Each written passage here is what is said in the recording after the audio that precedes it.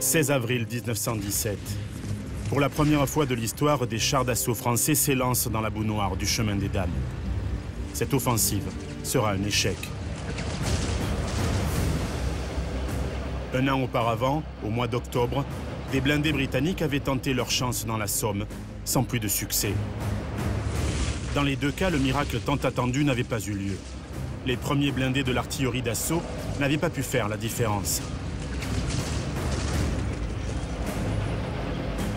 Pourtant, un siècle après ces galops d'essai peu concluants, les chars d'assaut sont encore là, monstres de technologie, toujours plus performants. Quel rôle ont joué les chars après le premier conflit mondial? Comment est-on passé de ces caisses à savon faiblement protégées et pauvrement armées à des titans blindés, véloces, rapides, surpuissants, en un mot, redoutables? Quel avenir ont les chars d'assaut, à l'heure où les conflits armés sont de plus en plus confus, sans ligne de front? Au moment où les forces conventionnelles doivent faire face au terrorisme. Que nous raconte leur histoire sur nous-mêmes, sur notre façon de concevoir la guerre, de la faire? Pendant 100 ans, les chars ont dû être incessamment repensés, adaptés, réenvisagés. Leur emploi sur les champs de bataille a fait l'objet de multiples doctrines. Pour retracer l'odyssée spectaculaire de ces engins hors normes, j'ai pris place à bord de chars mythiques. J'ai interrogé des spécialistes. Les duels ont démarré au-delà de 1000-1500 mètres, mais se sont terminés quelquefois à bout portant. Des fous de chars m'ont ouvert les portes de leur monde. Les jeux vidéo, c'est vraiment un moyen en plus d'apprendre l'histoire. On le voit de plus en plus dans l'univers du jeu vidéo, que histoire et jeux vidéo se mêlent. Les hommes du 1er régiment de chasseurs, basé à Verdun, m'ont fait vivre une expérience unique. Accompagné de tous ces passionnés, j'ai vécu la grande aventure des chars d'assaut.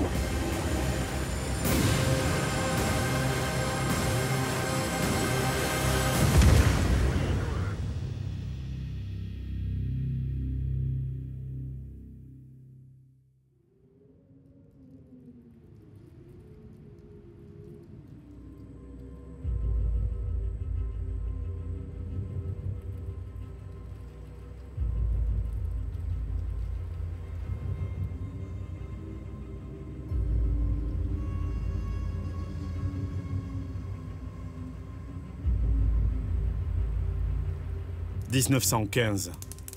Ça n'est bien fini de la guerre de mouvement, des rêves d'assauts héroïques. Les combattants des deux camps se sont enterrés dans des tranchées.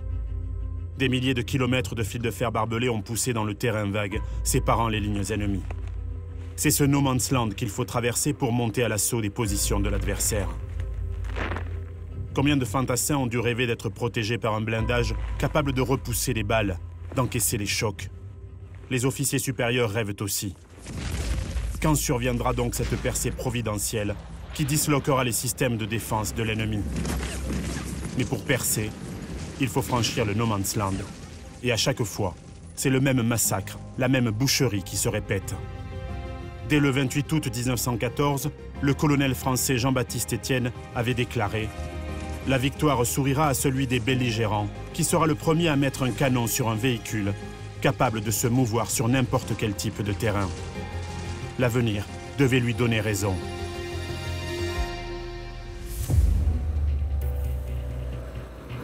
Pendant des années, les ingénieurs ont tenté de mettre des canons sur des chenilles, généralement celles d'engins agricoles. On peut dire que le char, c'est une transmutation mécanique de vieux systèmes d'armes que tout le monde connaît, qui sont les éléphants d'Hannibal, qui sont le char du pharaon Ramsès à la bataille de Kadesh, ou plus simplement le chevalier du Moyen-Âge en armure. On trouve dans ces trois vieux systèmes les mêmes fonctions que l'on trouve aujourd'hui sur un char Leclerc, la protection, le feu et la mobilité. Mais la conception des premiers chars ne s'est pas faite sans quelques tâtonnements. À la veille de la Première Guerre mondiale, plusieurs projets de canons autopropulseurs avaient été soumis au Comité général d'artillerie. Voilà à quoi ressemblait celui du capitaine Levavasseur. Une caisse blindée, des roues articulées ancêtres des chenilles, et un canon de 75 mm. Projet refusé 2 fois, en 1903, puis en 1908. Les artilleurs préfèrent encore les bons vieux chevaux pour tirer leurs canons. En 1912, l'ingénieur australien Lancelot Eddy de Mol tente sa chance de l'autre côté de la Manche. Son engin blindé à chenilles peut transporter des soldats à travers les tranchées et les barbelés sans craindre les tirs de mitrailleuses. Projet également rejeté. Les généraux français et anglais ne jurent toujours que par la sacro-sainte cavalerie.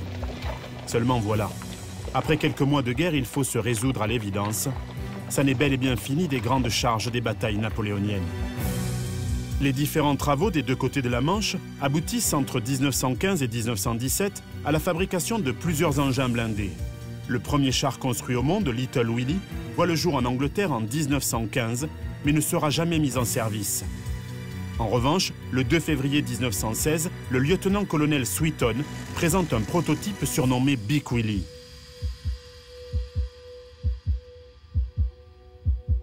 Officiellement baptisé Tank Mark I par l'Amirauté, qui en commande aussitôt 150 exemplaires, ce char est très caractéristique des productions anglaises de l'époque. 9 mètres de long pour plus de 4 mètres de large, haut de plus de 2 mètres, le Mark I pèse 28 tonnes et possède un blindage composé de plaques de 6 mm d'épaisseur allant jusqu'à 12 mm par endroit.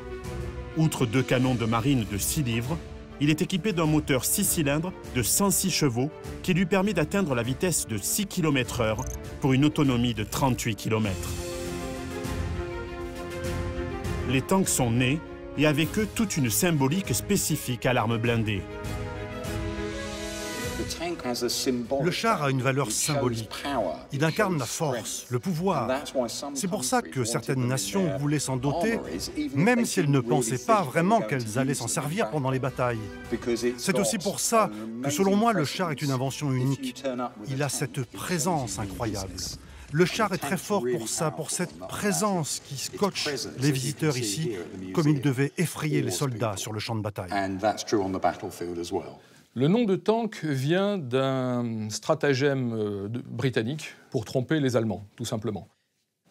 Et Churchill appelait les tanks les land ships, donc les navires terrestres. Et c'est pour dissimuler le plus longtemps possible aux Allemands les activités industrielles britanniques et françaises dans l'invention du char que le char a été baptisé tank, parce que réservoir, ma foi, c'est un nom passe-partout. 49 Mark I sont engagés pour la première fois durant l'offensive de la Somme au mois de septembre 1916. Les résultats sont mitigés. 21 seulement sont parvenus à s'élancer à leur hache. Beaucoup tombent en panne et d'autres sont immobilisés par les tirs de l'artillerie allemande. Mais l'échec subi par les Britanniques ne décourage pas les projets français. Au mois de janvier 1916, la société Schneider Creusot avait présenté un prototype nommé cuirassé terrestre.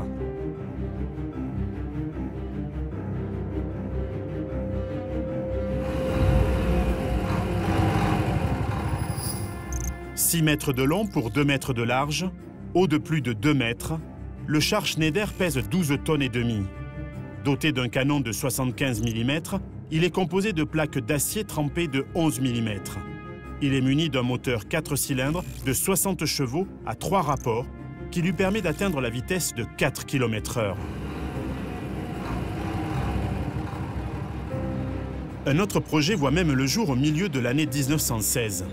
Il a pour origine une discorde entre les sociétés Saint-Chamond et Schneider, qui ont toutes les deux le contrat de fabrication des chars Schneider. Le char Saint-Chamond est présenté en septembre 1916.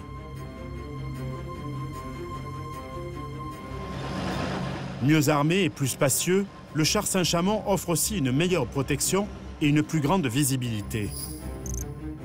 Il pèse 23 tonnes, est équipé d'un moteur de 90 chevaux, armé d'un canon de 75 mm et de 4 mitrailleuses.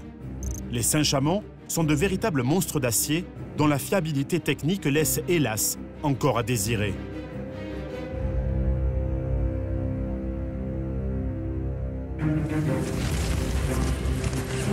Les premiers chars français participent à l'offensive du Chemin des Dames au mois d'avril et mai 1917 et leur bilan est plutôt médiocre. Sur les 128 blindés engagés, le 16 avril, 52 ont été touchés par l'artillerie. 21 sont immobilisés à cause de panne ou après s'être enlisés. La coordination avec l'infanterie ne s'est pas passée au mieux. Le 5 mai, sur le plateau de Lafaux, 32 chars Schneider et 16 nouveaux chars Saint-Chamond ouvrent la voie aux fantassins. Cette fois, leur intervention permet de prendre d'assaut les lignes de blocos allemandes, mais 12 chars seront perdus au cours des 2 jours de combat. L'engagement des chars a été décevant en ce sens que la mission qui leur avait été assignée, qui a été de percer les lignes allemandes, n'a pas été complètement réalisée.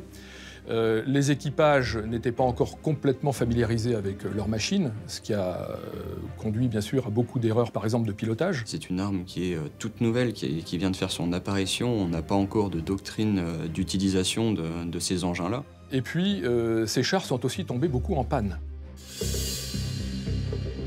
De leur côté, conscients des déficiences de leur premier char, le Mark I, les Anglais ne cessent de le modifier jusqu'à obtenir une ultime version de l'engin, le Mark IV, dont la fabrication débute au mois de mai 1917. Long de 8 mètres, large de 3,20 mètres à 4,11 mètres, suivant le modèle, et haut de 2,49 mètres, ce sont 2 moteurs Foster Daimler 6 cylindres en ligne de 105 chevaux qui animent l'ensemble d'une vitesse théorique de 6 km/h. Il consomme 270 litres au 100 km. Son blindage est de 6 et 14 mm d'épaisseur suivant les parois. Son armement, pour le tank mâle, 2 canons courts et 3 mitrailleuses Lewis. Pour le tank femelle, 5 mitrailleuses Lewis, le tout d'un poids de 28 tonnes. L'ambiance à bord des premiers chars, elle est assez facile à imaginer. Les premiers chars, d'abord, n'avaient pas des suspensions extrêmement efficaces. Alors, bien qu'ils n'aillent pas très vite, il faut voir que les premiers chars avaient des vitesses de pointe de 7 à 8 km/h. Malgré tout, à l'intérieur, on était extrêmement secoué. Il n'y avait aucune isolation phonique, bien sûr, donc on était directement au contact du moteur. C'était extrêmement bruyant. Pour que le chef de char transmette ses ordres, soit au pilote, soit à ses tireurs, il fallait littéralement hurler, parce que les systèmes d'interphone n'existaient pas. Donc imaginez un environnement extrêmement bruyant, extrêmement vibrant, avec des chocs mécaniques, et puis une odeur épouvantable entre la poudre qui brûle et le gasoil du moteur. Le 20 novembre 1917, non loin de Cambrai, plus de 350 chars Mark IV s'élancent et percent en profondeur les lignes allemandes. Les engins sèment la terreur chez l'ennemi. Voilà le char de la victoire, le Renault FT.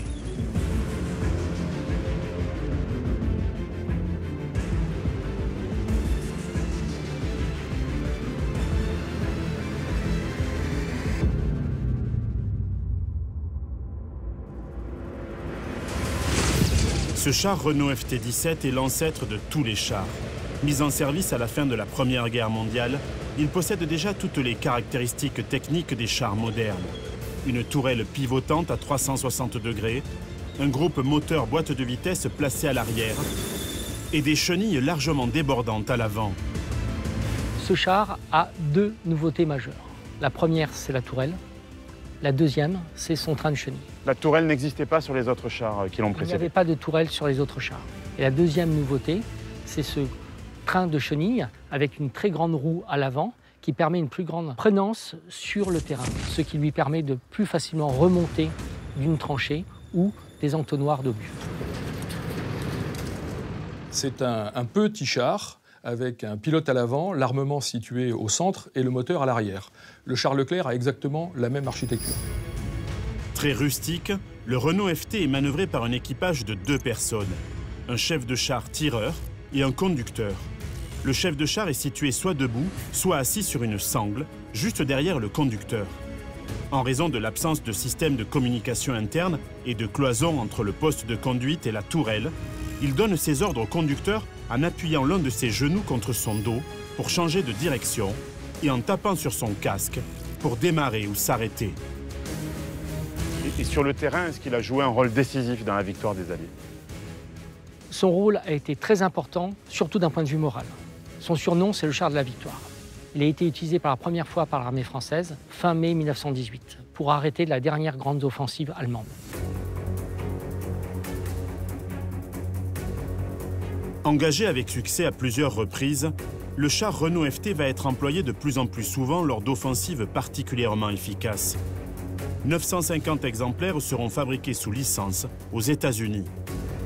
Les Allemands prennent soudain conscience de l'intérêt de l'arme blindée dans la conduite de la guerre. Voici leur réponse au Mark IV britannique, le char A7V.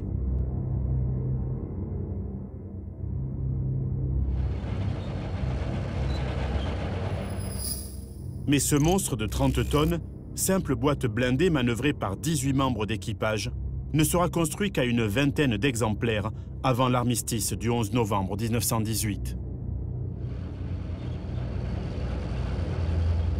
Tout le monde est intimement convaincu que le système d'armes char est un système extrêmement prometteur et que c'est clairement le système d'armes sur lequel il faut travailler et développer des technologies pour finir la guerre. Donc le char, c'est cette solution.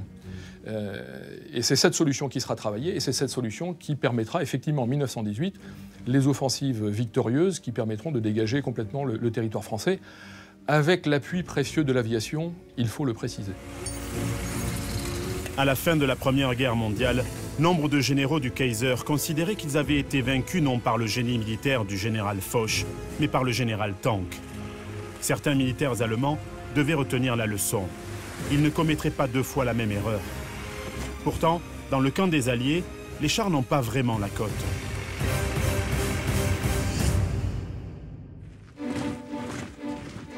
Après la Première Guerre mondiale, les effectifs des bataillons britanniques passent de 25 à 5. Le gouvernement américain supprime même son corps d'armée blindé et interrompt purement et simplement le financement des recherches technologiques. Traumatisée par la guerre et acculée financièrement, la France ignore les recommandations du général Étienne pour lequel les travaux doivent absolument se poursuivre. Ce désintérêt généralisé n'empêche pourtant pas certaines initiatives individuelles. Dès 1919, les chars sont classés en fonction de leur poids. Lourd, moyen ou léger, chacun possède un rôle spécifique, défini par les officiers de cavalerie. La cavalerie, de manière tout à fait traditionnelle, sur un schéma très napoléonien, était organisée en cavalerie d'éclairage, cavalerie d'exploitation et cavalerie de percée.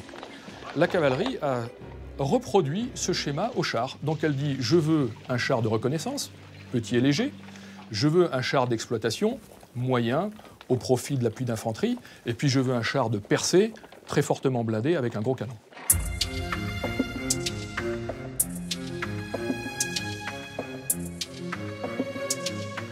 En parallèle, des recherches sont menées souvent en coulisses. Malgré ses relations difficiles avec l'armée américaine, l'ingénieur américain John Walter Christie élabore un système de suspension révolutionnaire, la suspension Christie. Jusque-là, les chars n'avaient pour ainsi dire pas de suspension, c'était des vraies caisses à savon. La suspension Christie permet d'absorber beaucoup mieux les chaos du sol et donc du coup permet aux chars de se déplacer beaucoup plus rapidement. Cette avancée technologique de premier plan est bientôt acquise par une majorité de nations qui l'intègrent aussitôt à leur prototype. Plus mobiles, les chars deviennent aussi plus dangereux. Des qualités qui intéressent particulièrement les ingénieurs allemands et russes.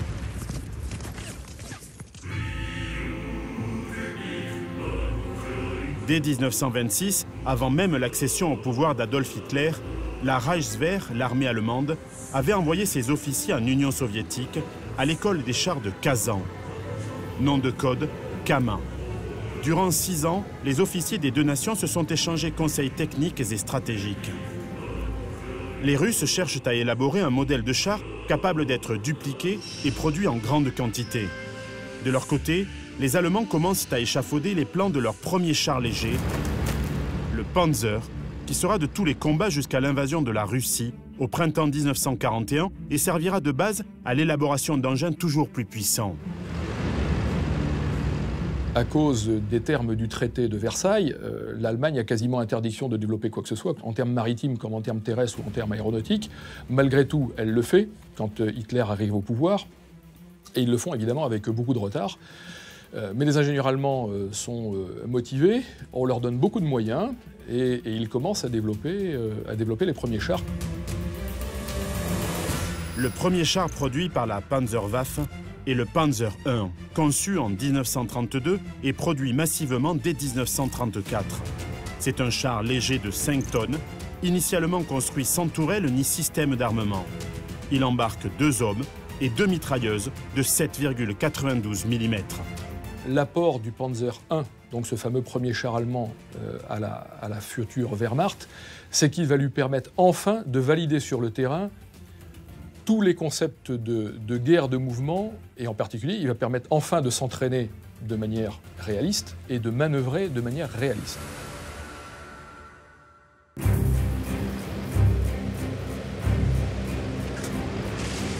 L'armée allemande dispose à présent de la technique et des outils.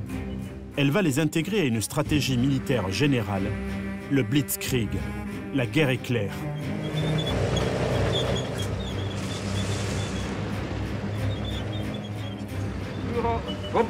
Le principal artisan de cette tactique s'appelle Heinz Guderian. Fervent partisan de l'exploitation maximale des chars d'assaut, il va révolutionner l'approche allemande du combat. Il y gagne un surnom, Heinz le Rapide. La guerre éclair ou la Blitzkrieg, c'est la guerre de mouvement. Et c'est la guerre qui paralyse l'ennemi parce qu'on va plus vite que lui, parce qu'on neutralise ses centres de commandement, parce qu'on s'attaque à sa logistique, et donc on s'attaque à son système nerveux et aussi à son système sanguin. Il faut savoir synchroniser les mouvements de son aviation, il faut savoir synchroniser les feux de son artillerie, et il faut savoir synchroniser le mouvement de ses chars. L'aviation attaque simultanément les lignes arrière et avant de l'ennemi, tandis que les blindés attaquent le front. Puis, les blindés percent le front pendant que l'aviation empêche les réserves ennemies d'intervenir. Enfin, les blindés s'enfoncent en territoire ennemi, tandis que l'infanterie attaque à son tour pour réduire les poches de résistance. En septembre 1939, l'armée du Reich compte déjà 2000 blindés. Les Allemands vont avoir l'occasion de tester la technique à grande échelle lors de l'invasion de la Pologne.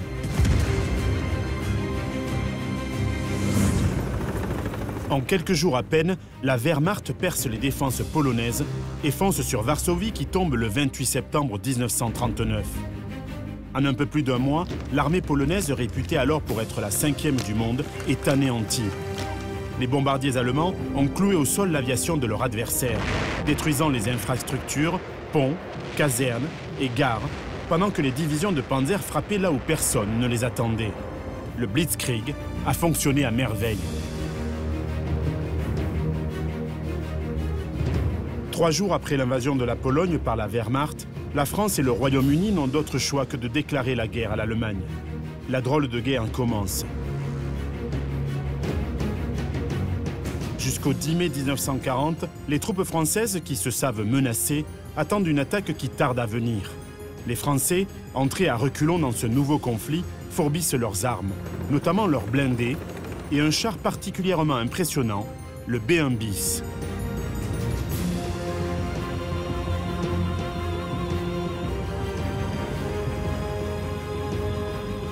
Une des terreurs pour l'armée allemande, ça a été le char B1 bis français qui était virtuellement impossible à détruire par les pièces anti-chars allemandes.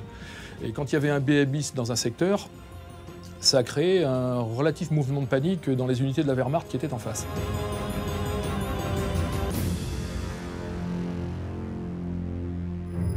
Voici donc la star des chars lourds français au début de la Seconde Guerre mondiale.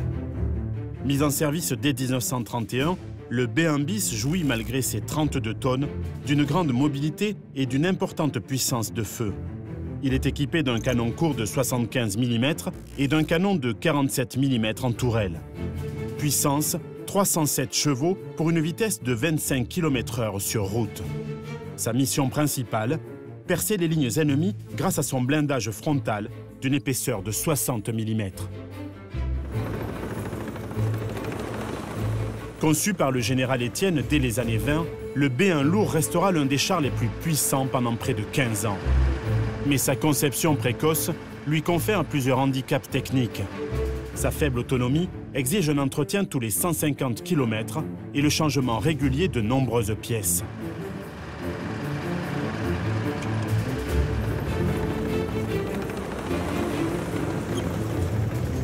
L'autre grande star de l'époque est le Renault R35.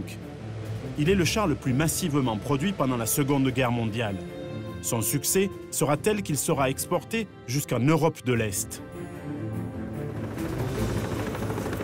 Enfin, le char Saumuat S35. Produit à 430 exemplaires en 1940, le Saumuat est un char moyen de 20 tonnes, équipé d'un canon semi-automatique de 47 mm. Il embarque un équipage de 3 hommes. Sa particularité est qu'il est le premier char français possédant un blindage incliné. Un détail technique particulièrement intéressant. Car un angle de 60 degrés double l'épaisseur du blindage.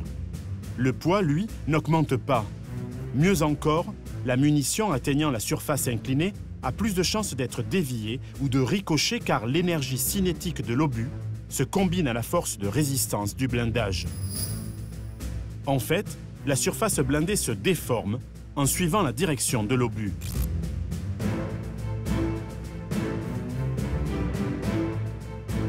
Les chars français sont en moyenne très supérieurs aux chars allemands, qui ont des performances modestes, voire moyennes. La supériorité du char allemand, elle vient de la tactique, elle vient de l'emploi, elle vient du système de communication, puisque chaque char allemand possédait une radio, ce dont étaient fort dépourvus les chars français. Donc pour coordonner une attaque, quand on est capable de se parler, ça aide beaucoup. Ces chars français, finalement, ils sont d'excellente qualité. Les chars français sont de très bonne qualité technique. Ils sont assez nombreux, il y a plusieurs types de chars. Certaines sont des conceptions un petit peu anciennes, avec 2 hommes d'équipage. D'autres, comme celui-là, ou le Saumuat, sont d'excellents chars, qui seront d'ailleurs réutilisés par les Allemands en 1940. Les Français disposent d'une honorable flotte de 2300 chars parmi les plus solides au monde. Et pourtant, si la technologie est au rendez-vous, cette fois c'est la doctrine d'emploi qui va faire défaut.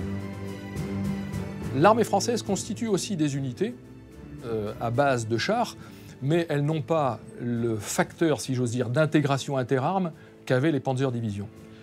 Et encore une fois, un autre paradoxe de la campagne de 40, c'est que l'armée allemande était loin d'être constituée uniquement de Panzerdivisions. Les Panzerdivisions ne représentaient que 15 à 20% des effectifs de la Wehrmacht. Le reste de la Wehrmacht allait à pied ou à cheval. Mais le simple fait d'avoir ce fer de lance, qu'étaient les Panzerdivisions, leur a permis de gagner. L'utilisation de ces chars est complètement différente chez les Allemands par rapport aux Français et même aux Britanniques. Le général Flavigny a très bien illustré cette différence en disant « Nous avons utilisé nos chars en 1000 paquets de 3, alors que les Allemands l'ont utilisé en 3 paquets de 1000. »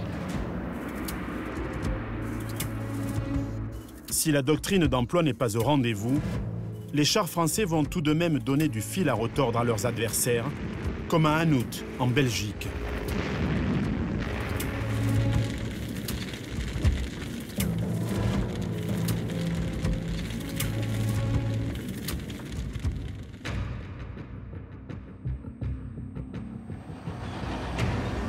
Pendant 2 jours, du 12 au 14 mai, le corps de cavalerie français sous les ordres du général Priou s'oppose au 16e corps blindé allemand commandé par le général Hauptner. Et les tankistes français ne vont pas faillir à leur mission. Ils vont retarder l'ennemi qui découvre la résistance du blindage des Saumuat S-35. Les ingénieurs et les militaires allemands en tirent aussitôt les conséquences.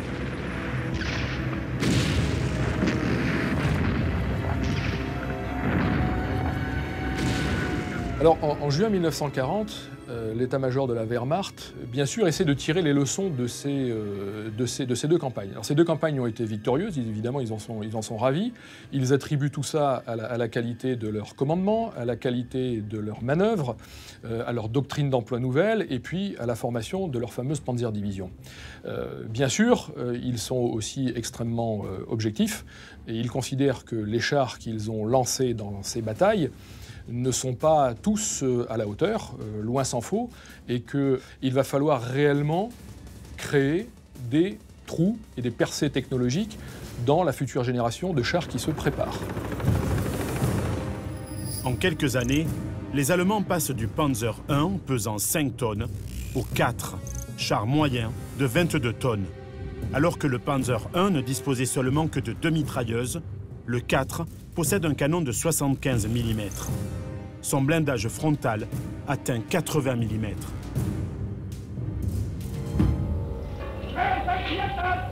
Le 22 juin 1940, l'armistice est signé à Rotonde. En France, les recherches sur les chars sont officiellement interrompues. Adolf Hitler a désormais sous son contrôle une grande partie de l'Europe occidentale. Il peut regarder vers l'Est et rêver de s'emparer de l'URSS. Ces chars, sans cesse modernisés, seront à la pointe de l'offensive.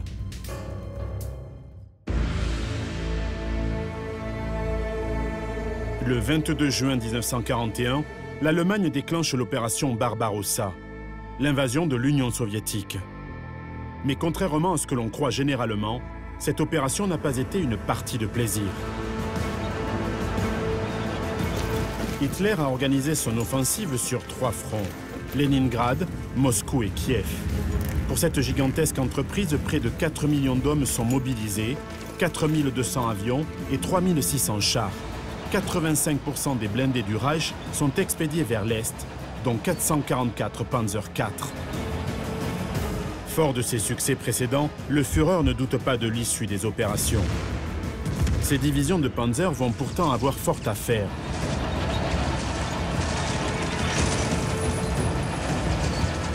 Au nord, les tankistes du Reich font face aux contre-attaques des chars soviétiques. La bataille va durer 2 jours. Les équipages des Panzers découvrent avec surprise un blindé qu'ils ont du mal à surclasser, le KV-1.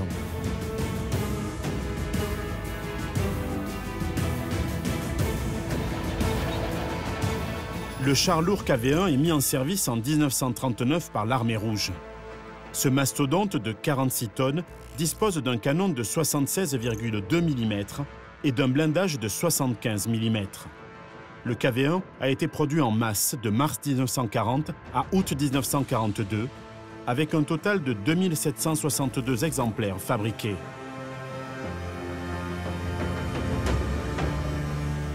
Au cours de l'opération Barbarossa, comment se déroule la rencontre entre les KV-1 notamment et les Panzers allemands?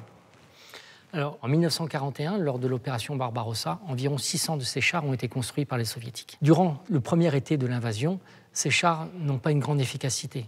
Non pas qu'ils ne sont pas bons techniquement, mais tout simplement, les armées soviétiques étaient complètement désorganisées et surtout les tactiques d'utilisation n'étaient plus au point. En revanche, ces chars-là vont être utilisés en 1942 et surtout en 1943. Et là, on verra toute la valeur technique de ce type de char. Au sud, la progression allemande est encore moins facile, car c'est là que sont massés la plupart des blindés de l'Armée rouge. Un autre char va surprendre les Allemands, le T-34. Plus puissant, plus rapide, plus blindé, le T-34 pèse 31 tonnes. Il est équipé d'un canon de 76,2 mm et d'un blindage frontal renforcé de 60 mm incliné à 60 degrés. Il s'adapte à tous les terrains. Déployé 5 jours après le début de l'opération Barbarossa, le T-34 surclasse tous les chars allemands existants.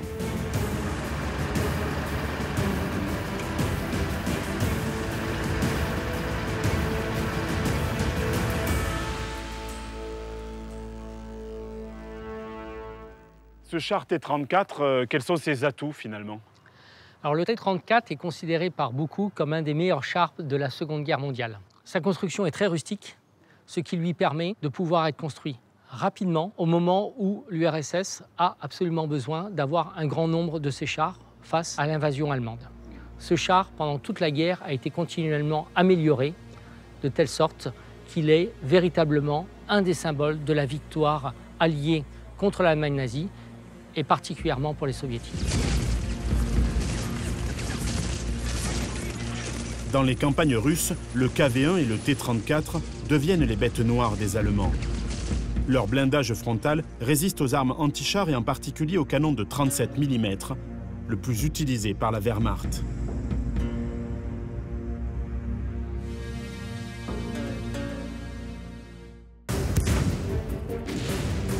Pour parvenir à percer le blindage des chars soviétiques, les artilleurs allemands sont contraints de pointer les canons de leurs pièces antiaériennes de 88 mm. Une solution dont l'efficacité va inspirer les ingénieurs du Reich. Ce qui caractérise la course aux armements en Allemagne, c'est que réellement l'adversaire désigné et celui que l'on devait battre était l'adversaire russe. Ils ont à peu près royalement ignoré ce que faisaient les Britanniques et les Américains, considérant qu'en matière de chars, de toute façon, ce n'était pas le réel adversaire. Le réel adversaire, il était russe. Et les Russes se sont lancés dans une course à l'armement et une surenchère de spécifications telles que les Allemands étaient obligés de suivre. Une course effrénée est lancée. Hitler ne lésine pas sur les moyens et n'hésite pas, malgré des coûts énormes, à faire travailler ses ingénieurs sur plusieurs modèles de chars. Un premier blindé, devenu mythique, voit le jour au milieu de l'année 1942, le Panzer VI, le Tigre. L'idée de base est simple. Pour venir à bout des T-34 russes, les artilleurs allemands avaient été contraints à plusieurs reprises d'utiliser les pièces antiaériennes de 88 mm. Leur cadence de tir est particulièrement élevée et elles peuvent expédier un obus de près de 10 kg à 2000 mètres. Mais ce canon de 7 tonnes est difficile à déplacer et son installation demande beaucoup de temps. Un temps durant lequel les artilleurs sont vulnérables. Les ingénieurs imaginent un blindé muni de cette redoutable force de frappe. Ils entourent le canon de 88 mm d'une tourelle de protection très épaisse et le dotent de chenilles qui assurent sa mobilité. Un canon très efficace est devenu un redoutable blindé. Le char Tigre est né. Ces obus sont capables de pénétrer un blindage de 110 mm à 2 km de distance. Son propre blindage de 100 mm le protège de la grande majorité des armes anti-chars et assure sa quasi-invulnérabilité face aux tirs frontaux.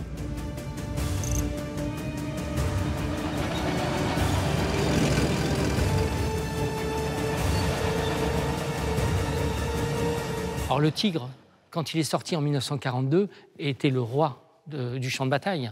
D'abord par son poids, environ 55 tonnes, par son tube, un 88 mm qui pouvait percer tous les blindages existants.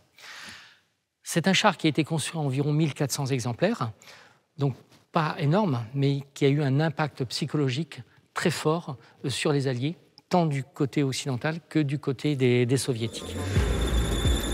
Son poids ralentit pourtant considérablement sa vitesse de déplacement, 37 km/h pour une autonomie de 195 km.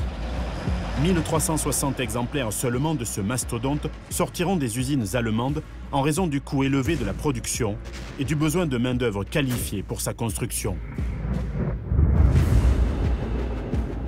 Le char Tigre, c'est un bébé, si j'ose dire, de Hitler lui-même. Hitler voulait absolument un char lourd. C'est effectivement un char avec un potentiel plus que remarquable. La propagande allemande l'a tout à fait compris à l'époque. La problématique, c'est que ce char est très complexe à mettre en œuvre et il faut, pour pouvoir manœuvrer ce char, un équipage formé et très aguerri sur cette machine, qui représente d'ailleurs un coût de fabrication gigantesque pour l'époque. On peut ajouter également des optiques de visée pour le canon d'une extrême qualité qui permettent des contre-visées très rapides et qui permettent aux pointeurs de faire mouche presque du premier coup. Les premières séries de chars Tigre souffraient cependant d'une fiabilité relativement faible, en particulier de la partie mécanique et de la partie train de roulement, ce qui fait que beaucoup de pertes de chars Tigre à cette époque sont dues à des pertes mécaniques.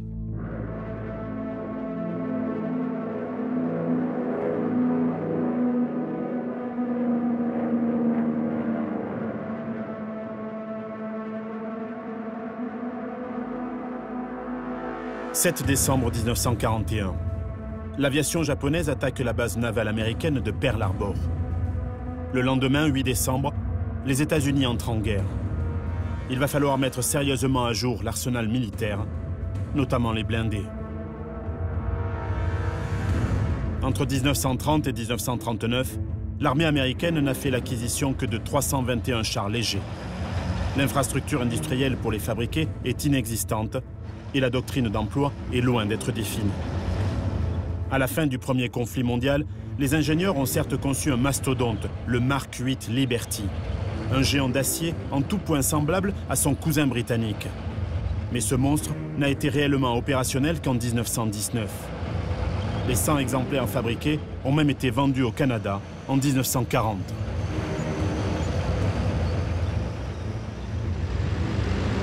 Il faut se souvenir que quand les États-Unis rentrent en guerre au début des années 40, l'armée américaine est une armée minuscule, tant en termes qualitatifs que quantitatifs. Et sa composante blindée, elle est quasiment inexistante. Ils ont ce qu'on appelle des tankettes. Et donc les industriels américains sont immédiatement sollicités pour trouver des solutions court terme à l'équipement de l'armée américaine. Et dans la grande tradition américaine, la perspective de fabriquer des choses en nombre se traduit immédiatement par des process industriels qui leur sont très particuliers. L'armée américaine n'a donc à sa disposition que des chars peu blindés, comme le M2 produit en masse dès 1939. Le modèle fait rapidement l'objet d'un programme de modernisation. Son blindage est renforcé. Il est standardisé en juillet 1940 sous l'appellation M3, que les Britanniques surnommeront le Stuart. Mais tous ces chars légers ont le même problème. Leur canon de 37 mm ne transperce que 20 mm d'acier à 1500 mètres de distance. Il faut passer à l'étape supérieure. Ce sera le char Lee.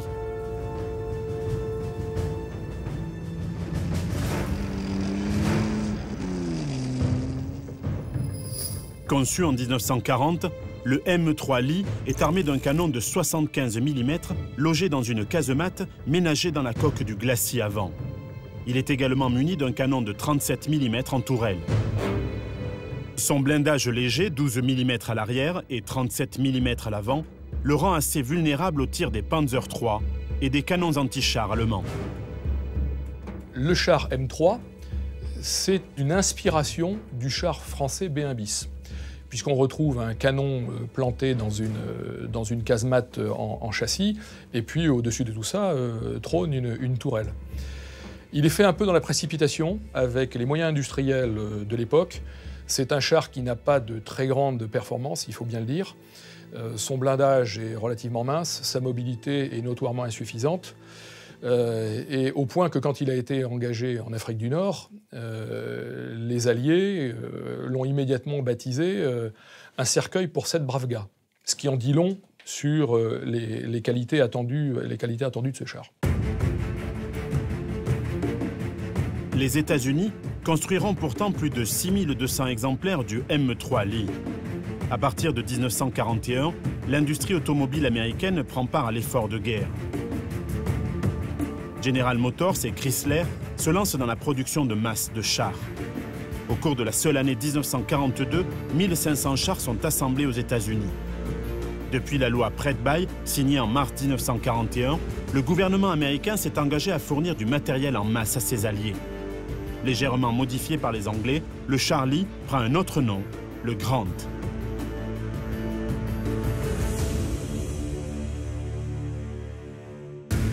Dès 1942, les chars Grant et Lee sont engagés en première ligne, en Afrique du Nord notamment, où ils rejoignent plusieurs blindés de fabrication britannique, dont le char Churchill, réputé pour son blindage solide, allant jusqu'à 105 mm d'épaisseur, et surtout le Matilda, surnommé la reine du désert.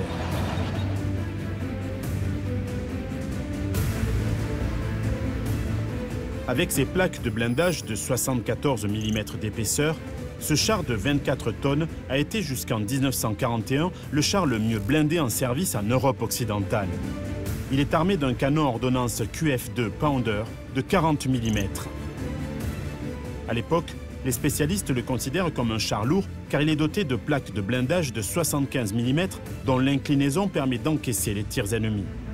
Son rôle de soutien d'infanterie explique sa lenteur, avec une vitesse de pointe de 24 km/h. Que vaut ce char britannique, Matilda? Alors c'est exactement le Matilda II.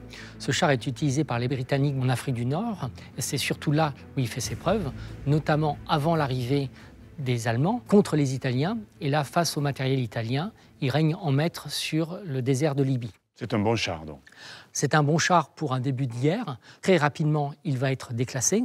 avec l'arrivée de l'Africa Corps à partir de février-mars 1941.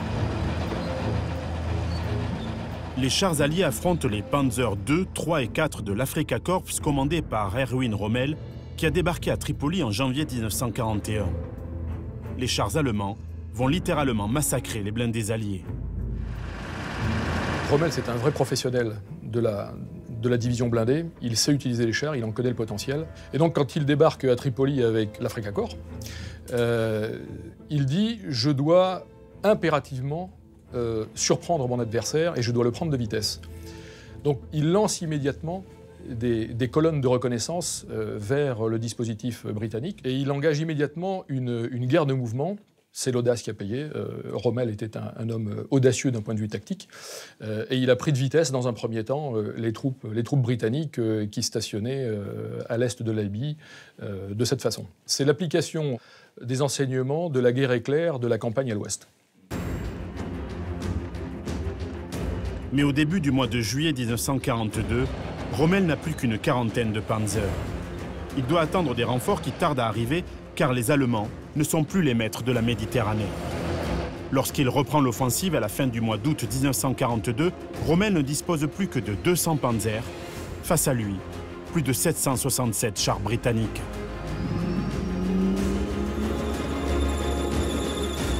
Face à la supériorité numérique des Alliés, les Allemands sont contraints de battre en retraite. Le 4 novembre 1942, le général Rommel, qui ne dispose plus que d'une trentaine de blindés, donne l'ordre de repli vers la Libye, puis la Tunisie, où 31 Tigres ont été débarqués au mois de novembre 1942. C'est là que l'armée britannique parvient à capturer le premier exemplaire de char Tigre, le numéro 131. Conservé au musée des chars de Bovington, il est à ce jour le seul exemplaire en état de fonctionnement. La seule vision de ce monstre d'acier donne des frissons. Sur les champs de bataille, le Tigre est un prédateur. En Tunisie, les 31 Tigres détruisent 300 chars ennemis et n'enregistrent que 7 pertes dans leur rang. Mais cela ne suffit pas. La 8e armée du général Montgomery était parfaitement ravitaillée depuis le port d'Alexandrie par les convois qui arrivaient de Grande-Bretagne et des États-Unis. Et donc l'armée britannique, elle disposait de chars tout neufs en provenance directe des usines américaines. Rommel a tout simplement plié sous le nombre. La campagne africaine signe pourtant le deuil de plusieurs modèles de chars alliés, jugés obsolètes et qui sont retirés des premières lignes à partir de 1943. Adieu donc à la reine du désert, le Matilda Mark II, dont la fabrication s'arrête au mois d'août. Au revoir également aux chars M3 Grant et Lee, qui sont remplacés par un nouveau modèle de conception américaine, engagé sur le front nord-africain dès l'automne 1942, le M4 Sherman. Voilà sans doute l'un des chars les plus emblématiques de la Seconde Guerre mondiale. Le Sherman pèse 30 tonnes. C'est donc un char moyen doté d'un canon de 75 mm pour un blindage maximal de 75 mm. Équipé d'un moteur essence 9 cylindres de 400 chevaux, il atteint la vitesse de 39 km/h sur route. Conçu lors de la deuxième phase d'un programme massif de fabrication de chars moyens pour les États-Unis et leurs alliés, le Sherman surprendra agréablement les soldats lors de son baptême du feu en 1942. Le Sherman est un pur produit de la culture américaine. Donc c'est un char industriel. Il s'agit de fabriquer des choses rapidement, à un coût modéré, de manière relativement simple, avec les technologies dont on dispose sur étagère, si j'ose dire. Donc c'est un char qui, par exemple, d'un point de vue technique, fait massivement appel à des caisses moulées. Effectivement, les moules coûtent très cher, mais à partir du moment où vous disposez de ces moules et de ces moyens industriels, vous sortez les chars, si j'ose dire, comme des petits pains. Et le reste du char est conçu à peu près de la même façon, en exploitant tout ce que le tissu industriel américain a de disponible. C'est la raison pour laquelle les premiers chars Sherman sont motorisés avec des moteurs d'aviation, parce que c'est tout ce que l'industrie américaine était capable de produire. Et le surnom du char M4, c'était le briquet, tout simplement parce que dès qu'un char M4 était touché, les vapeurs d'essence mettaient le feu au char. Et puis ensuite, on procède par amélioration. Et effectivement, le char M4 de la fin de la guerre n'a rien à voir avec celui qui a été produit au tout début. En En 1944, la plupart des unités alliées seront équipées de chars américains Sherman. Le général Percy Hobart, père des Funnies, les chars modifiés pour faciliter les opérations de débarquement, aura même élaboré un Sherman très spécial, le DD, pour Duplex Drive, dont le seul exemplaire existant est intégré à la collection du musée de Bovington. David, qu'est-ce que c'est exactement? C'est drôle? C'est énorme? C'est un bateau ou c'est un tank? C'est les deux en même temps. C'est un char Sherman américain de 30 tonnes, converti par les Britanniques pour être capable de flotter grâce à la puissance d'hélice à l'arrière pour le débarquement en Normandie. L'idée est que la toile disposée autour déplace assez d'eau pour permettre à ce char de 30 tonnes de flotter. Et il y a des hélices à l'arrière, ainsi que des chenilles pour la terre ferme. Les Alliés l'ont appelé le Duplex Drive, DD, deux façons d'avancer. Il a été créé spécialement pour le débarquement en Normandie. Le problème pour les Alliés était simple. Si vous mettez tous vos chars sur un bateau et qu'il saute sur une mine, ou bien qu'il est touché par un obus, vous les perdez tous. Par contre, si vous larguez tous les chars en haute mer et qu'ils traversent seuls, il y a de bonnes chances pour que certains atteignent la plage. Et le Duplex Drive est l'un des Funnies de Hobart? Oui, certaines unités étaient regroupées sous les ordres du général Hobart pour former la 79e division blindée qui disposait de nombreuses spécificités. Des blindés spécialisés, des chars flottants, des rampes amovibles, des chars équipés de mortiers pour faire exploser les bunkers, beaucoup de blindés spécialement conçus pour le débarquement en Normandie. Ils les ont d'ailleurs utilisés pour la suite de la campagne en Europe, quand ils ont réalisé que ce type de véhicules, comme les chars lance-flammes par exemple, pouvaient être très utiles. Entre 1940 et 1945, les États-Unis assemblent plus de 53 000 exemplaires du Sherman, qui servira aussi de base à la conception d'un char anti-char de fabrication britannique, le Firefly.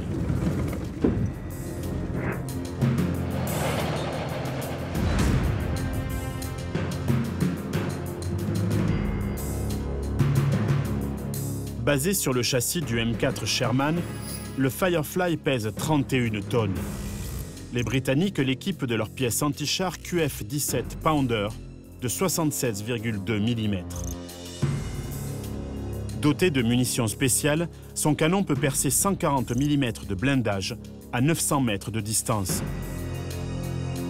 Malheureusement, une silhouette trop haute et une faible épaisseur de blindage, 76 mm maximum, font du Firefly une cible de choix. Les Américains ne disposaient pas de l'équivalent du Tigre avec le char Firefly, mais ils disposaient au moins d'un char capable de percer les Tigres. Et on a vu ensuite, pendant la bataille de Normandie, les Tigres être défaits plusieurs fois par des Sherman Firefly. Hitler ne renoncera jamais à poursuivre la course à l'armement. La folie des chars d'assaut est loin de s'arrêter avec le Tigre. Au lieu de repenser les faiblesses de ses blindés, le Führer engage son industrie dans le développement de nouveaux modèles. Au milieu de l'année 1943, un monstre sort des usines, le Panzer V Panther.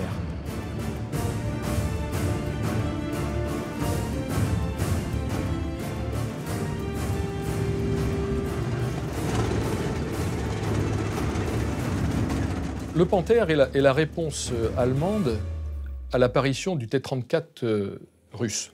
Et donc les Allemands ont conçu un char qui est une sorte de super T-34 avec leur propre technologie. On lui ajoute des chenilles très larges qui réduisent considérablement ses chances d'enlisement ou de s'enfoncer dans la neige. Et il peut manœuvrer sur des terrains beaucoup plus meubles que pas mal d'autres chars, malgré son poids très lourd pour un char moyen.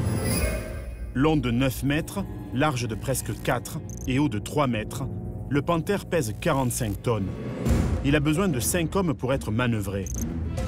Équipé d'un canon de 75 mm et d'un blindage impressionnant de 100 mm, il peut rouler jusqu'à 45 km/h pendant 200 km. C'est le premier char allemand à disposer d'un blindage incliné et doté de munitions spéciales à pouvoir percer jusqu'à 106 mm de blindage à 2 km de distance.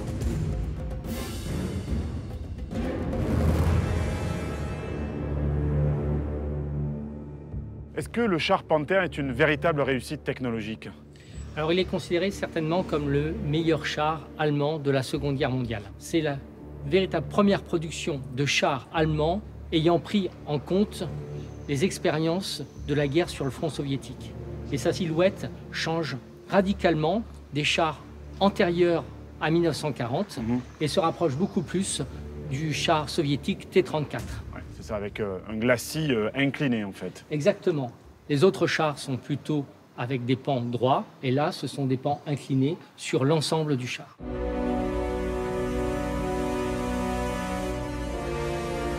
Conçus en 1942, les tout premiers Panthers sont envoyés sur le front de l'Est l'année suivante. Direction Koursk, où va se dérouler l'une des plus grandes batailles de chars de l'histoire.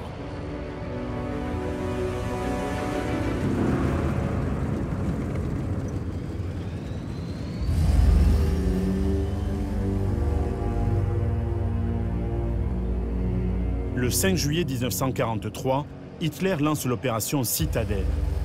Seulement voilà, l'offensive prévue initialement le 1er mars a déjà 3 mois de retard, car l'état-major allemand a préféré attendre la livraison des chars Panther. Ce report a une conséquence immédiate. L'effet de surprise ne jouera pas, au grand désespoir du commandant des forces allemandes, le général von Manstein. C'est au cours de cette offensive que le 12 juillet 1943, non loin de la cité de Prokhorovka, se déroule la plus formidable bataille de chars de la guerre. Même si les chiffres sont encore sujets à caution, il est sûr que ce jour-là, 1500 blindés allemands et soviétiques se sont livrés une lutte à mort. Von Manstein comptait sur les canons à longue portée de ses Tigres. Le général russe Zhukov s'engage alors dans des combats rapprochés.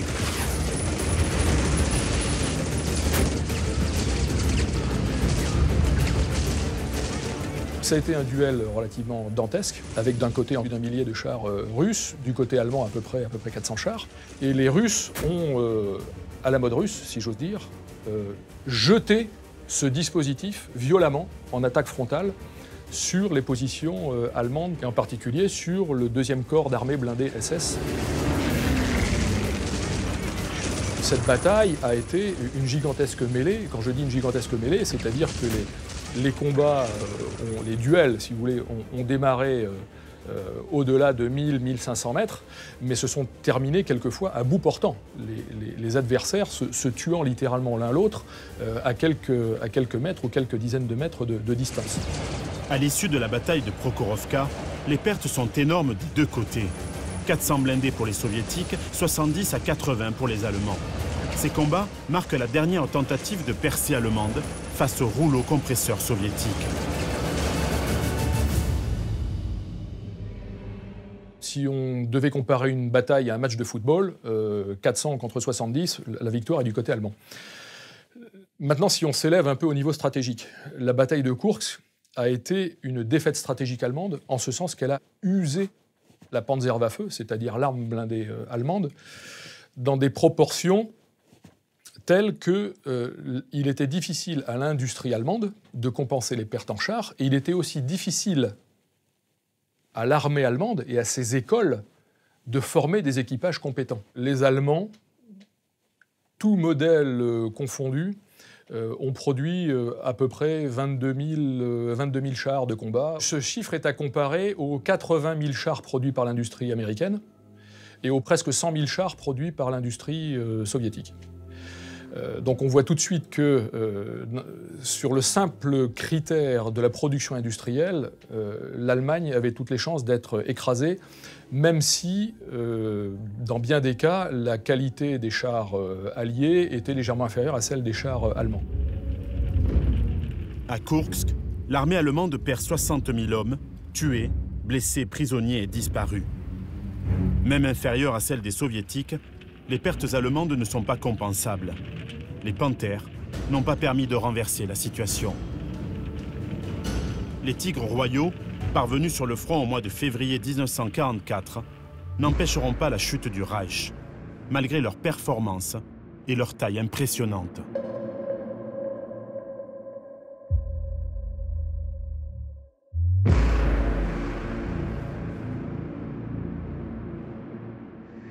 Ce véhicule a été construit à 485 exemplaires. C'est une merveille technologique, sans aucun doute, mais d'un rôle tactique très très faible. Son poids est énorme, sa motorisation n'est pas suffisante, ce qui fait qu'il se déplace très lentement, il a une très faible mobilité. Certes, il est quasiment invulnérable, sauf par l'aviation, mais les problèmes de l'Allemagne en fin de guerre à partir de 1944, des problèmes d'essence, des problèmes de pièces de rechange, font que ce char, en fin de compte, n'a pas eu un impact aussi fort. Et beaucoup de ces véhicules ont été détruits par leurs propres équipages. Et nous avons la chance, ici, au musée, d'avoir un Tigre II qui n'a pas été sabordé et qui est le seul, aujourd'hui, à pouvoir rouler. Au cours de la Seconde Guerre mondiale, le poids de plus en plus élevé des chars d'assaut n'a pas réellement fait la différence. Il existe une véritable mythologie des chars lourds et super lourds. Dans les années 30 et 40, les généraux et le grand public, friands d'images spectaculaires, rêvent d'immenses croiseurs terrestres, des bateaux roulants, parfaitement blindés et armés pour écraser l'adversaire. Les projets les plus fous sont développés. Certains aboutissent comme le Maus, incarnation blindée de la démence d'Adolf Hitler. Véritable mastodonte, le Maus mesure 10 mètres de long, 3,70 m de large et près de 4 mètres de haut. Il pèse 188 tonnes. Dans l'immense habitacle prennent place 6 hommes. Le canon principal possède un calibre de 128 mm. Le blindage de la partie frontale du char présente une inclinaison de 35%. Le blindage de la caisse est de 180 mm à l'avant et 160 mm à l'arrière. Celui de la tourelle est de 240 mm à l'avant, 200 mm à l'arrière et 60 mm sur le toit. Un moteur de plus de 1200 chevaux est nécessaire afin de lui permettre de se déplacer à une vitesse ne dépassant pas 13 km/h sur route. Sa consommation en carburant est proportionnelle à sa taille, 3000 à 4000 litres pour 100 km. On était dans un délire d'ingénieur et on était dans une espèce de course folle et personne ne prenait suffisamment de recul pour dire est-ce que ce que je fais est réellement intelligent et pertinent. Qu'auraient pu faire ces chars lourds devant la nouvelle arme mise au point à la fin de la Seconde Guerre mondiale?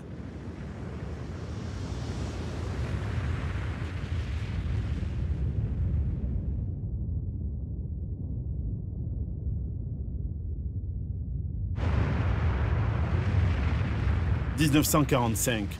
Le 6 août, une première bombe atomique larguée par l'US Air Force anéantit la cité d'Hiroshima. 3 jours plus tard, le 9 août, une autre bombe rase Nagasaki. La Seconde Guerre mondiale s'achève, un autre conflit débute, la guerre froide. Les États-Unis et l'URSS vont s'affronter par pays interposés. La menace nucléaire va avoir un impact sur la progression technologique des chars d'assaut.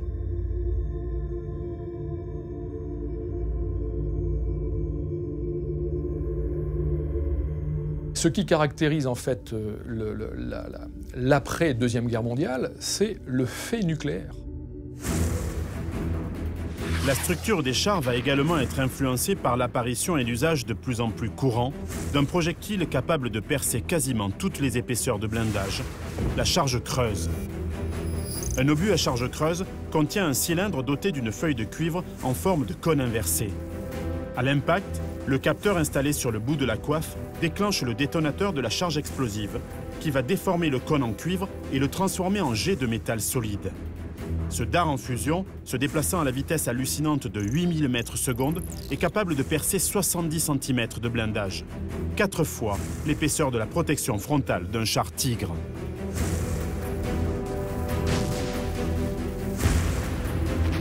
La charge creuse, elle joue un rôle absolument fondamental dans la guerre parce que, grâce à la charge creuse, qui est embarquée dans ce qu'on appelle les bazookas, ou les Panzerfaust, ou les Panzerschreck, permet à un fantassin de tuer un char.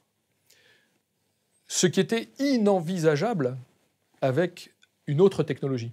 Donc la charge creuse, c'est une révolution sur le champ de bataille parce que le fantassin devient un danger pour le char. Les ingénieurs et les états-majors en tirent une conclusion immédiate. Si l'épaisseur du blindage n'a plus d'importance, il convient de concevoir un char moins lourd, plus équilibré, alliant puissance de feu, vitesse et agilité. Un nouveau concept apparaît, le char de bataille principal ou Main Battle Tank. Il s'agit de fusionner toutes les catégories pour n'en garder qu'une seule, capable de combiner toutes les fonctions. Le soutien à l'infanterie, la percée du front ou la reconnaissance seront assurés par une seule et même catégorie de chars. On avait terminé la Deuxième Guerre mondiale avec des projets de chars à 70, 80, voire même 120 tonnes.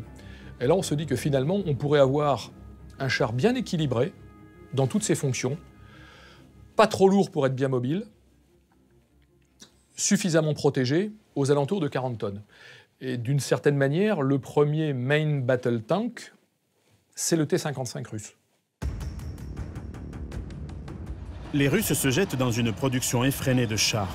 Dès 1946, ils lancent un blindé qui sera produit jusqu'aux années 1960, le T-54, évoluant dès 1958 en T-55, disposant notamment d'une protection nucléaire, biologique et chimique. Selon les estimations, entre 85 000 et 100 000 T-54 et T-55 ont été fabriqués. Ce sont donc les deux chars les plus produits de l'histoire. Initialement prévus pour l'armée rouge, ces blindés ont été exportés partout dans le monde, comme nombre de chars de la série T. Il y a, chez les soviétiques, la volonté de conserver cet outil fantastique qui est le rouleau compresseur mécanisé blindé. Donc chez les soviétiques, on innove, on continue à développer et on continue à produire. La première génération de l'après-guerre, c'est le T-55 et le T-62. Donc ce sont des chars moyens, d'une architecture relativement classique, avec un équipage de 4 hommes et des canons de 100 et 115 mm, capables de tirer des nouveaux projectiles qu'on appelle les projectiles flèches. L'invention de la flèche est une invention russe. La réponse au T-54, T-55 ne se fait pas attendre. L'armée américaine cherche à mettre au point un char capable de percer le blindage frontal du T-55. Ce sera le char M60 Patton ou Super Patton. Le M60 américain, il s'inscrit dans une parfaite continuité technique et architecturale des M47 et des M48 qui l'ont précédé. Le M60, c'est un char, encore une fois, de culture américaine. C'est un char industriel. Donc il faut pouvoir fabriquer des chars en grand nombre. Même si les performances restent moyennes, l'essentiel, c'est que le char n'ait pas de gros défauts. C'est un char dont l'architecture se prête assez bien aux modernisations. Équipé d'un extracteur de fumée, le M60 est capable de tirer un obus toutes les 7 secondes avec son canon de 105 mm.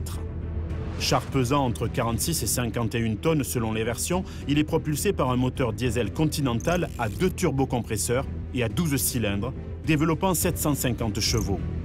Ce char sera constamment modifié et exporté dans de nombreux pays, comme l'Égypte. En France et en Allemagne, les programmes conduisent à la conception de 2 chars. La MX-30, qui équipera l'armée française de 1966 jusqu'en 2011, et le Léopard 1 allemand, dont 4 744 exemplaires seront produits toutes variantes confondues et dont l'ultime version équipe toujours nombre de pays dont le Canada et l'Allemagne. Ces 2 chars privilégient la mobilité et la puissance de feu plutôt que le blindage. Une philosophie qui connaîtra pourtant rapidement ses limites. À partir des années 60, il se reproduit une nouvelle course à l'armement, alors sur un rythme évidemment beaucoup plus lent que celui qui avait prévalu au cours de la Deuxième Guerre mondiale, où là on avait conçu 3 générations de chars en l'espace de 5 ans. Alors là on a des ambitions un peu plus modestes, mais malgré tout, on réinvestit dans le char de combat. Et en particulier, on le réinvestit, encore une fois, sous la pression russe qui sort de nouvelles générations de chars, en particulier le T-64, qui crée un petit vent de panique du côté de l'OTAN en disant « mais nous n'avons rigoureusement rien à opposer à cette nouvelle machine ». Le T-64 se veut un condensé et un juste milieu entre la capacité à industrialiser un char et la qualité du char. On va condenser les technologies de l'époque en créant les premiers chargeurs automatiques. On va supprimer un poste dans les chars, passer les équipages à 3 personnes. La lignée des chars T ne s'arrête donc pas au T-55. Dans l'éventualité d'une 3e guerre mondiale, les soviétiques poursuivent leurs recherches et bien vite, un nouveau char succède au T-62, le T-64.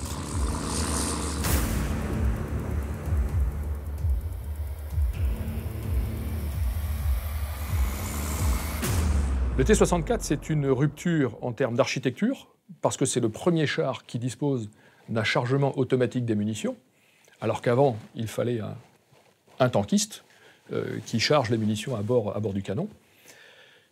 C'est aussi le premier char équipé, ce qu'on pourrait appeler une première génération de blindage composite, c'est-à-dire que le blindage ne fait plus exclusivement appel à une couche d'acier, mais il commence à mêler des éléments métalliques et des éléments non métalliques, en particulier pour contrer les charges creuses. Et c'est un char qui dispose d'un canon d'un calibre tout à fait exceptionnel de 125 mm, alors qu'à l'époque, les chars de l'OTAN, c'était du 90 ou du 105. Le T-64 est un concentré d'innovation. Si sa silhouette générale rappelle celle du T-55, avec une tourelle hémisphérique au centre du châssis, le train de roulement est lui complètement différent. Il est composé de 6 petites roues espacées et 4 galets de retour. Le volume du compartiment moteur est largement réduit car pour la première fois, un moteur à cylindre opposé extrêmement compact est utilisé. La transmission comprenant 2 boîtes de vitesse latérales. Tous les chars russes construits jusqu'en 2015 sont en fait des fils et des petits-fils de ce T-64 dont ils ont complètement conservé l'architecture. Donc d'une tourelle à 2 hommes avec un chargement automatique, une silhouette extrêmement basse, un train de roulement suffisamment costaud, procurant une très faible pression au sol pour pouvoir évoluer au-dessus de la boue, de la neige, etc. Et une relative facilité de mise en œuvre. La sortie du T-64 oblige les puissances occidentales à moderniser leur parc de blindés. Une nouvelle génération de chars voit le jour. À partir des années 60, on considère qu'il y a eu 3 grandes générations de chars.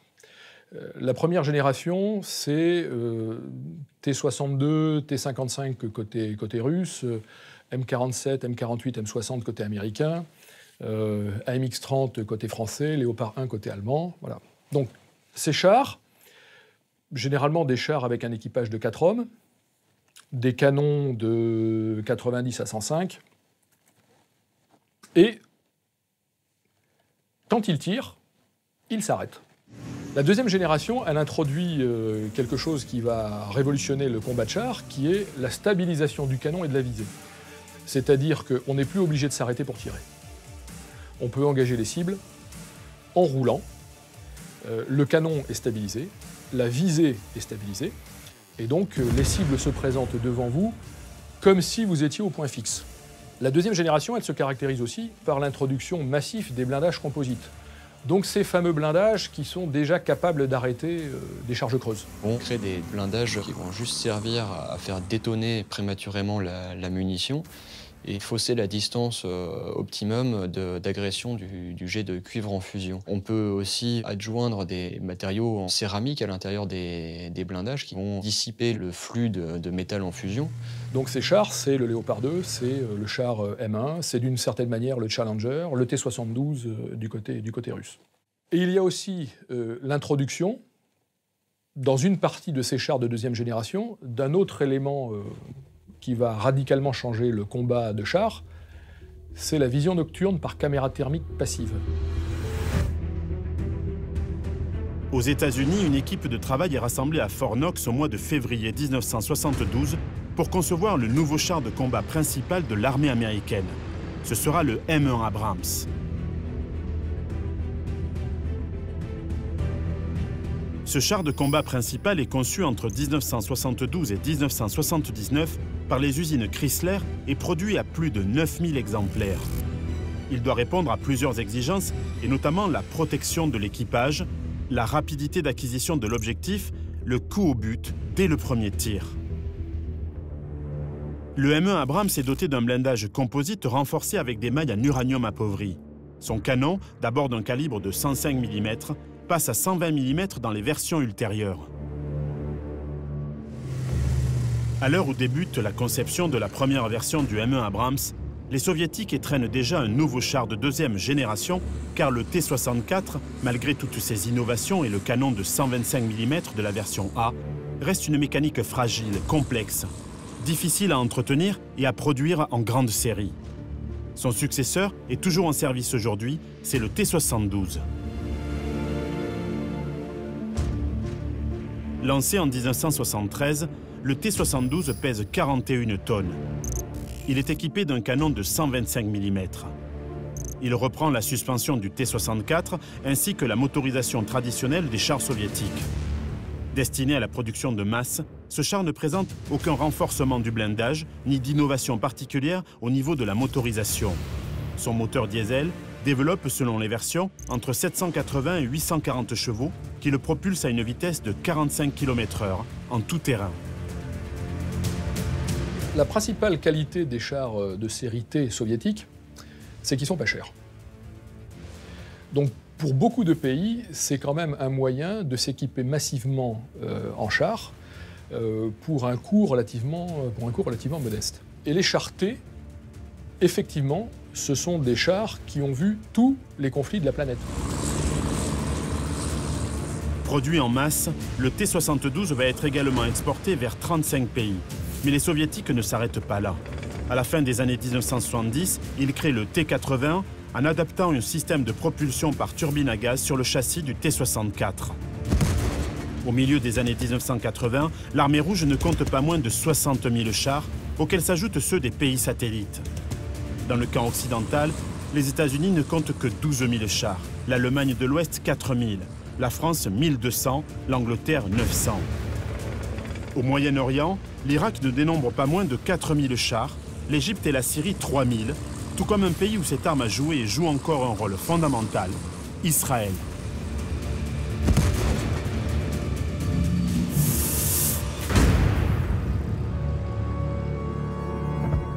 Depuis la création de l'État hébreu en 1948, l'armée israélienne a fait l'expérience de l'engagement de ses unités blindées à plusieurs reprises. C'est d'abord le cas lors de la guerre des 6 jours en 1967. Malgré la victoire écrasante de leurs chars, les Israéliens déplorent des pertes difficiles à compenser pour une nation si petite dont l'armée est composée essentiellement de réservistes. Ils doivent moderniser sans cesse leurs blindés afin de pallier à l'infériorité criarde de leurs effectifs. Le gouvernement israélien décide de lancer un programme de conception et de fabrication d'un char de combat principal, purement israélien, le Merkava, chariot en hébreu. Les ingénieurs vont tirer les enseignements de plusieurs conflits, et notamment de la troisième guerre à laquelle l'État hébreu doit faire face, le Kippour, au mois d'octobre 1973. La guerre du Kippour, qui est un affrontement dantesque de chars, aussi bien dans le Sinaï que sur la frontière nord d'Israël, sur le plateau du Golan. Des milliers de chars sont engagés, des centaines de chars sont perdus des deux côtés, dans des batailles d'une violence absolue. Au cours de la guerre du Kippour, les blindés israéliens subissent des pertes importantes. Les missiles filoguidés AT-3 Sager et les armes individuelles anti-chars comme les RPG-7 des Égyptiens et des Syriens font des ravages dans leurs rangs. Pour l'État hébreu, une conclusion s'impose. Il faut de toute urgence concevoir un char assurant la survie de son équipage, résistant à un tir direct avant de reprendre le combat. Le premier Merkava entre en service en 1979.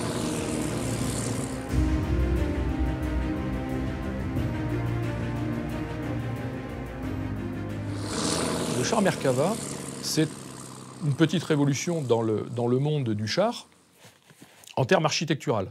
Les premières versions du char Merkava n'ont rien de fantastique en termes technologiques, parce qu'en fait, les Israéliens ont récupéré des morceaux un peu partout, des bouts de M60 américains, des bouts de M48, voilà.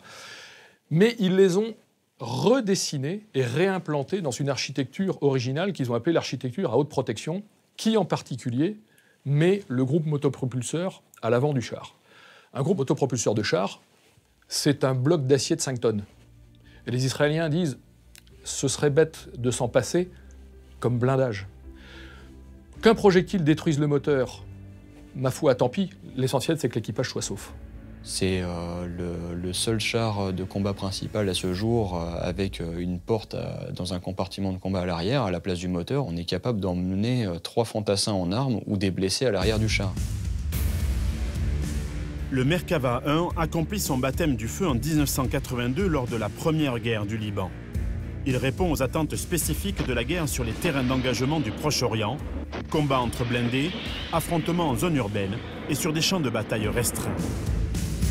Armé d'un canon de 105 mm, le Merkava possède une silhouette basse et effilée. Le moteur, développant 908 chevaux pour une vitesse sur route de 46 km/h, est placé à l'avant, contrairement aux autres chars de sa génération. Il est aussi équipé d'un système anti-incendie et bénéficie d'un blindage composé de plaques espacées, ce qui lui offre un bon niveau de protection, mais explique son poids important, 60 tonnes. Après la guerre du Liban, le char israélien est considérablement amélioré. 3 versions successives voient le jour en 1983, 1989 et 2004. Muni d'un canon de 120 mm et équipé d'un moteur développant 1500 chevaux, la dernière version du Merkava possède un blindage composite constitué de couches de différents matériaux comme le métal, le plastique ou la céramique, et surtout d'un système de protection active. Ces modernisations correspondent à la modification de physionomie des champs de bataille ces dernières décennies. Tirant les leçons de la guerre du Golfe, au cours de laquelle les T-72 irakiens avaient été largement surclassés par les chars de la coalition, les Russes sortent en 1993 un nouveau char, le T-90, un blindé hybride combinant les formes du T-72 et l'électronique de bord du T-80. Le T-90 est le premier char russe à disposer d'un blindage réactif Contact 5, d'un brouilleur infrarouge, d'un détecteur d'alerte laser prévenant l'équipage que le char a été pris pour cible par un système de guidage ennemi et d'un dispositif automatique de riposte par lance-grenades fumigène. Du côté occidental, le nombre de chars en service a diminué drastiquement depuis la fin de la guerre froide, mais ces blindés ont été considérablement modernisés.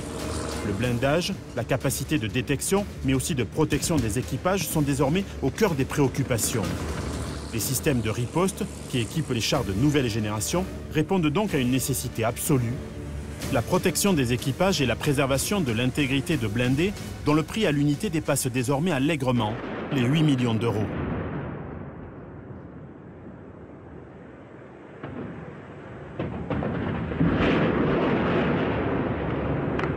C'est notamment le cas de l'un des chars les plus performants du monde, le char français Leclerc.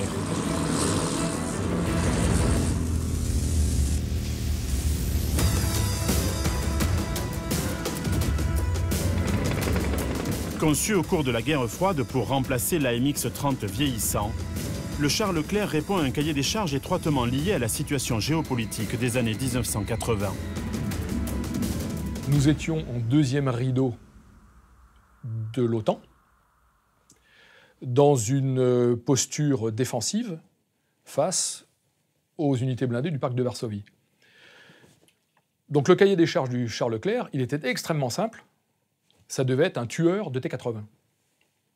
Voilà, faites-moi le meilleur tueur de T-80 possible. Donc il faut tuer les T-80 de manière rapide, de manière définitive, de manière efficace, tout en étant soi-même à l'abri des coups de l'adversaire. Le char Leclerc est un véritable concentré d'innovation. Il allie puissance, agilité et rapidité. Son blindage est composé de caissons composites amovibles. Pesant 56 tonnes et propulsé par un moteur de 1500 chevaux, il peut atteindre une vitesse maximale de 72 km/h sur route. Son ravitaillement en carburant s'effectue en 8 minutes, ses réservoirs lui fournissant une autonomie maximale de 550 km. Le Leclerc est équipé de 18 ordinateurs embarqués qui lui permettent d'acquérir ses cibles avec précision et de communiquer en temps réel avec toute la chaîne de commandement. Équipé d'un canon de 120 mm à chargement automatique, il est en mesure de tirer 10 coups par minute à l'arrêt et peut enchaîner plusieurs cibles en l'espace de quelques secondes. Sa puissance de feu est hallucinante. À titre de comparaison, un char Leclerc qui tire une munition qu'on appelle une munition flèche, avec son canon de 101 mm, eh bien, ce char Leclerc est capable de percer 2 tigres mis l'un derrière l'autre.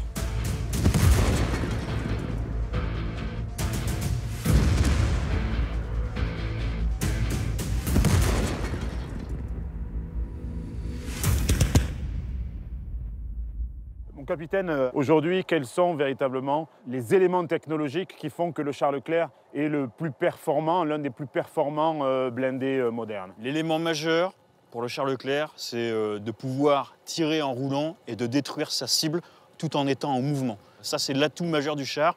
Il y a beaucoup de chars dans le monde qui ne sont pas capables de faire but en roulant. Ils tirent en roulant, mais ils ne sont pas forcément capables de faire but. Le Leclerc, lui, il fait but. Et par ailleurs, en termes de technologie, entre un Schneider qui ne devait pas avoir de suspension et un char comme celui-là, il y a une différence phénoménale. Il y a une différence phénoménale en matière de suspension. Vous voyez qu'il peut aller jusqu'à 70, plus de 80 km/h, tout en gardant une visée, une puissance de pointage qui est assez phénoménale. À l'ère 2.0, les chars existants comme l'Abrams américain, le Léopard 2A allemand, le Challenger 2 britannique ont été équipés des dernières technologies. Blindage composite multicouche et multimatériaux, kit de protection aux missiles anti-chars, grille de protection amovible, système GPS détectant les cibles fixes et mobiles, émetteurs de brouillage et surtout des ordinateurs de bord sur lesquels le champ de bataille est entièrement numérisé. La troisième génération, c'est ce que l'on a introduit en France avec le char Leclerc. C'est une plus grande performance de toutes ces composantes de stabilisation, de conduite de tir, de blindage, auquel on a rajouté un élément qui aujourd'hui fait partie de notre quotidien, qui est tout simplement l'Internet du champ de bataille. Cette numérisation participe également à l'entraînement en simulateur des équipages. Une expérience inédite.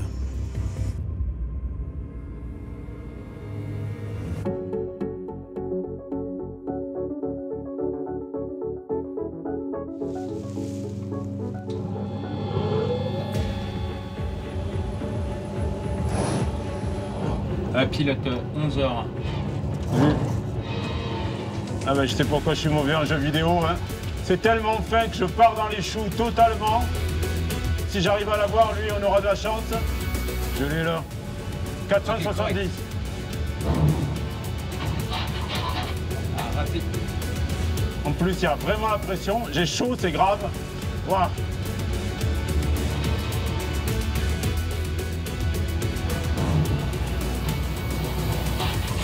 Avec la fin de la guerre froide, le coût de plus en plus élevé des nouvelles générations de chars, la difficulté de les projeter facilement sur des théâtres d'opération de plus en plus éloignés, ont fait peser une menace sur l'avenir des chars. Plusieurs projets, notamment aux États-Unis, ont visé à les remplacer par d'autres types d'engins blindés munis de roues, n'excédant pas 25 tonnes, plus légers et donc plus rapides. Cette nouvelle architecture consacrait la fin des chenilles. Mais un problème technologique s'est rapidement posé.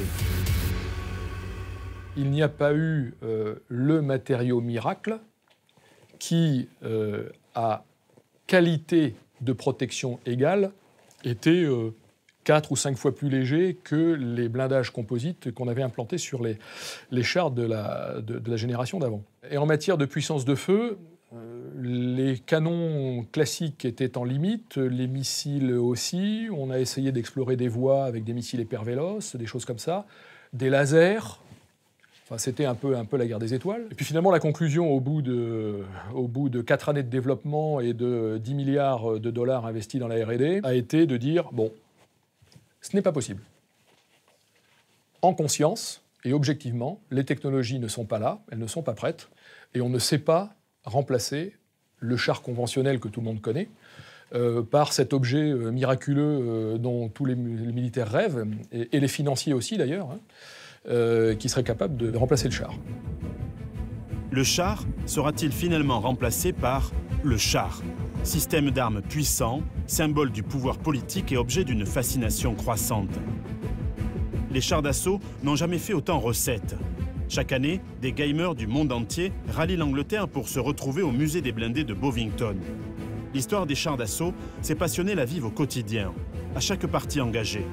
Pour eux, elle s'incarne dans un jeu en ligne immersif, fédérant des millions d'adeptes.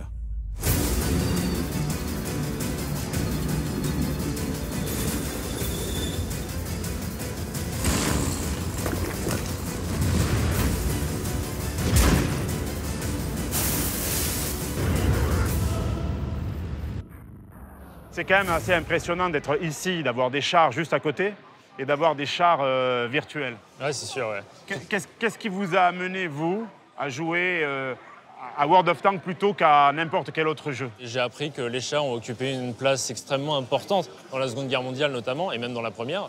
Et du coup, j'ai voulu m'y intéresser plus. Et en fait, j'ai trouvé World of Tanks au début un peu par hasard.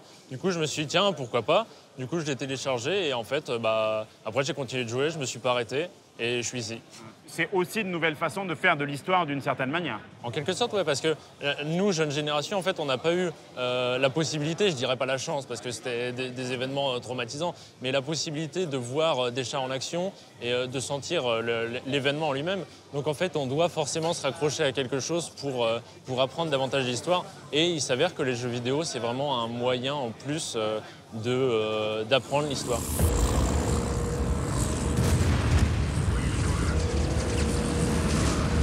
Sur les champs de bataille aussi, les chars ont encore de beaux jours devant eux. D'autant que plusieurs puissances militaires se sont dotées de leurs propres blindés.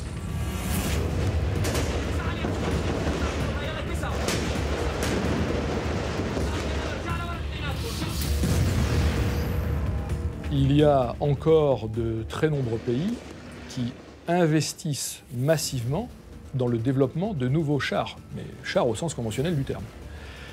Je citerai l'Iran, je cite le Pakistan, je cite l'Inde, la Corée, le Japon, la Turquie. Tous ces pays-là veulent se doter de leur propre char, donc un char national avec des technologies nationales, sur la base d'une industrie et de bureaux d'études nationaux, le plus possible, pour être le moins dépendant de technologies qui viendraient de l'étranger. Ce qui signifie que ces chars qui sont en développement ne vont rentrer en service qu'en 2020. Et comme la durée de vie d'un char est d'environ 40 ans, ça signifie qu'en 2060, on les verra toujours. Donc le 21e siècle sera caractérisé par le fait que de nombreuses initiatives ont été lancées en début de siècle pour essayer de trouver des alternatives aux chars, mais qu'en 2060, il y aura encore des chars. La Russie ne s'y est pas trompée. Au mois de mai 2015, un nouveau char parade dans les rues de Moscou, le T-14 Armata.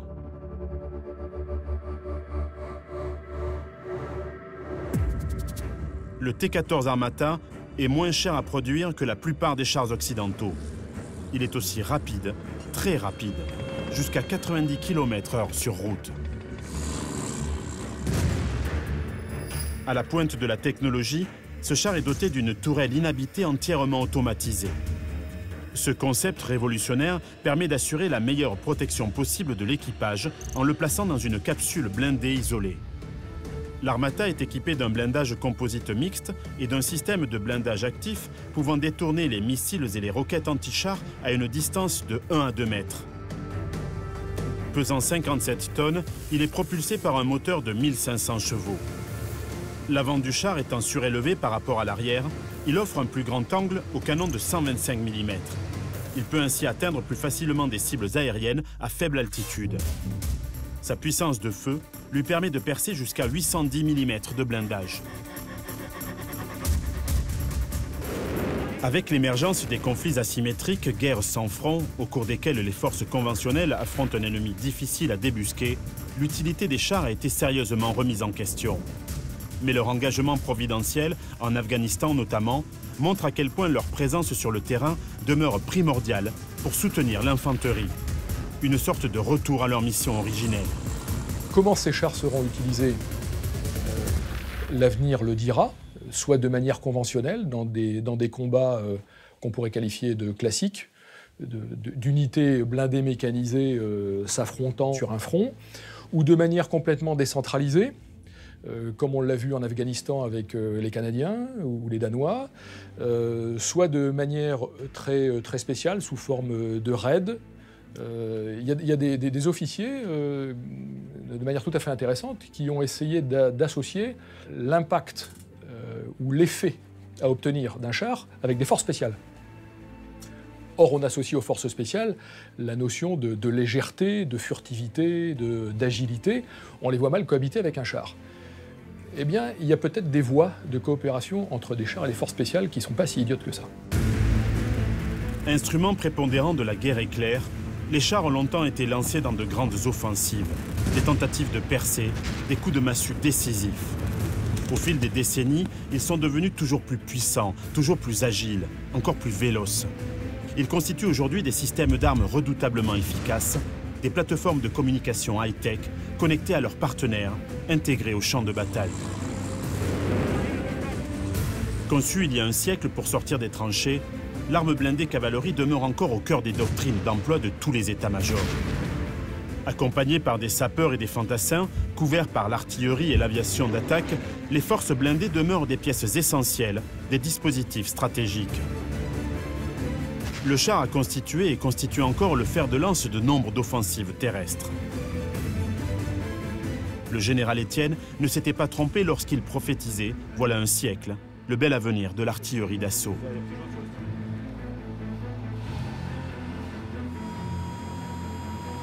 On va pouvoir mettre la gomme un peu. Allez, à fond.